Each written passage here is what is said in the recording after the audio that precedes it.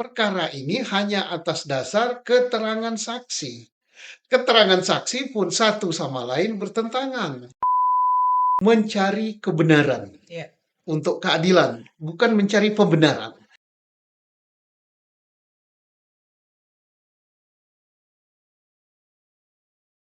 Pak Susno, sudah hampir kurang lebih 1 pekan ya sejak Bapak menjadi saksi ahli ya Pak Bukan di saksi ahli saya. sebagai ahli, maaf, sebagai ahli di sidang PK-nya Sakat Tatal ya Pak.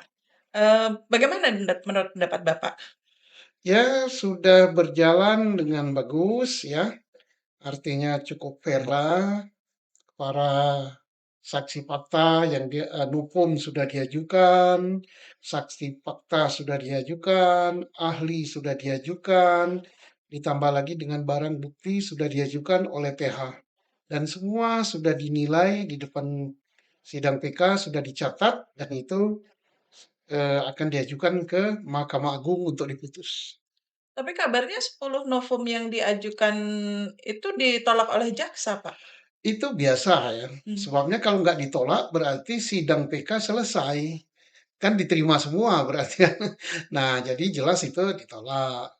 Tetapi tolak-menolak itu nanti baru diajukan oleh PH, ini ahlinya, ini saksi faktanya, sehingga nupum tadi jadi hidup lagi, kemudian itulah kewenangan daripada Hakim Agung yang ditunjuk untuk memutusnya. Apakah gugatan PK itu benar dan bisa diterima? Bagaimana dengan saksi fakta yang diajukan, Pak? Saksi fakta bagus sekali.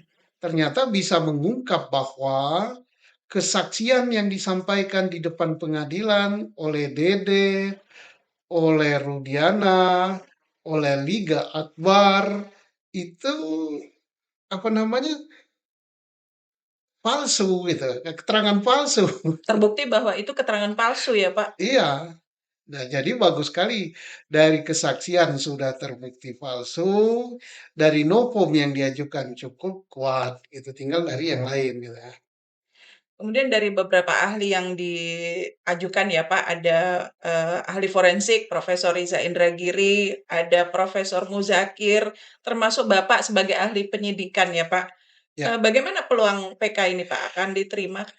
iya dari ahli-ahli yang mengatakan kuat sekali gitu alasan untuk mengajukan PK ini. Dokter Muzakir saja mengatakan Saka Tatal kok disidangkan duluan. Cara penyidangannya tidak sesuai dengan cara hukum acara untuk peradilan anak.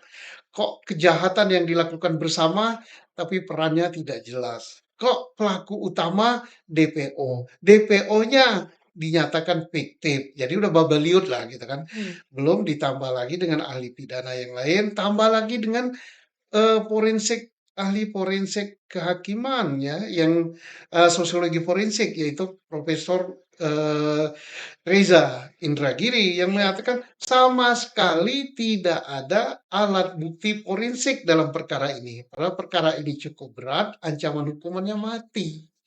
Nah, nggak ada bukti itu. Perkara ini hanya atas dasar keterangan saksi. Keterangan saksi pun satu sama lain bertentangan. Iya. Yang dulu mendukung terbukti ternyata palsu.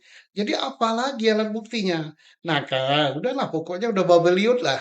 Nah, saya sampaikan juga sebagai dari tinjau dari segi penyidikan dan penyelidikan ini juga sudah salah. Salah TKP, kemudian tidak ada perkara yang di Cirebon Kota, Hmm.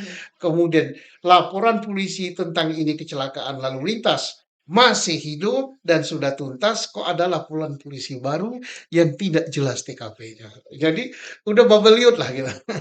Artinya peluangnya akan diterima ya Pak sidang PK ini? Nah, makanya saya katakan kalau kita menggunakan akal sehat, ya, Iya. satu menggunakan akal sehat, dua mencari kebenaran Iya. untuk keadilan, bukan mencari pembenaran. Kalau mencari pembenaran ngeyel, yang penting aku benar, soal orang lain mau mati, mau sengsara, mau dipenjara seumur hidup itu terserah, kumaha engke lah.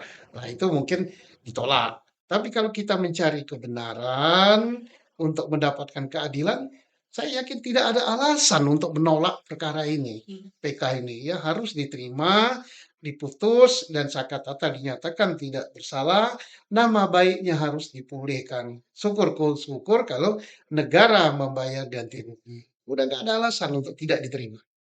Kita tunggu ya, Pak, ya.